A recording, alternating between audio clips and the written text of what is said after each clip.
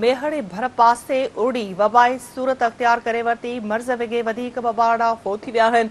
शहर जी मारवी कॉलोनी में उड़ी विघे ॿ फरहान कमांगर ज़ुल्फ़कार चना फोत थी विया। सिहत खाते जी अख्तियारनि उड़ीअ जे मर्ज़ में ख़तरनाक हद ताईं पकड़जण जो नोटिस वठण बदिरां ख़ामोशी अख्तियार करे वरिती। मेहड़ ऐं भर पासे उड़ी वबाई सूरत अख्तियार करे वरिती। मर्ज़ विघे वधीक ॿ फोत थी विया आहिनि। शहर जी मारवी कॉलोनी में उड़ी विघे ॿ फरहान कमांगर ऐं ज़ुल्फ़कार चना फोत थी विया। सिहत खाते जी अख्तियारनि उड़ी जे मर्ज़ में ख़तरनाक हद ताईं पकड़जण जो नोटिस वठण बदिरां ख़ामोशी अख्तियार करे वरिती।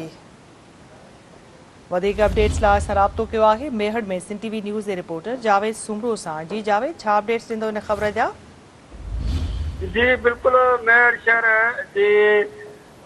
शहर जी मारवी कॉलोनी ऐं उन सां गॾोगॾु में 9 महीननि जो ॿारड़ो फरहान कमांगर जेको उड़ी विघे फोत थी वियो आहे। जॾहिं त अॼोके ॾींहं में